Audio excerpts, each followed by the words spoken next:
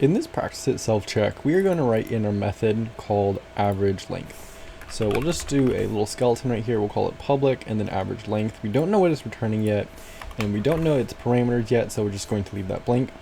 So it's average length of code that computes and returns the average string length of the elements of an array of strings. So average string length, meaning it's going to have to be some kind of like float, double, integer, of an array of strings.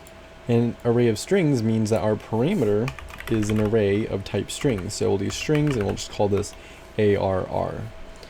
We are given an example here. So if we have 5 things, or 4 things, I can't count, 4 things inside of here, the average length should return 5.5 because we're adding all of the lengths of these together and then dividing it by how many words are inside of here. So we have the average length that we add together, and then we want to divide it by the length of the elements. So string length of the elements.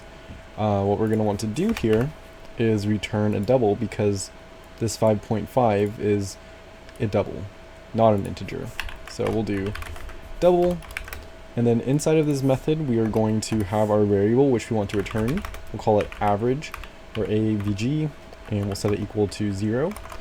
We're going to want to run through this entire array, so we're going to have a for loop to do so. We're going to have int a is equal to 0, and we're going to run this the entire length of the array, so we're going to run it as long as it's less than arr.length. We'll just do a++ to increment it every single time. Now inside of this for loop, we are just going to want to add to our average, right? Because remember, we want to return the average string length of the elements, right? So we are going to take the length of each one of these. So this one is 4, this is 3, this is 5, and this is a larger number. We are going to add them into our average, and then we are going to divide it by the entire length. So sorry if that wasn't clear before. So we'll do average plus equals. This is just adding it onto our average right here. And we're gonna add into our ARR. We want the specific element here. So we're gonna do ARR at our 8th index. We'll do dot length. We're going to basically get the length of this string at this index. We can close this for loop. And then at the very end, we want to return our average.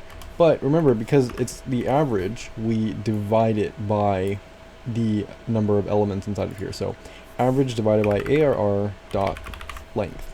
We can end this line. We can press submit. And we can realize that I need a last bracket, or a brace. And we pass forward to 4 tests. So that's how we do this practice it self-check problem.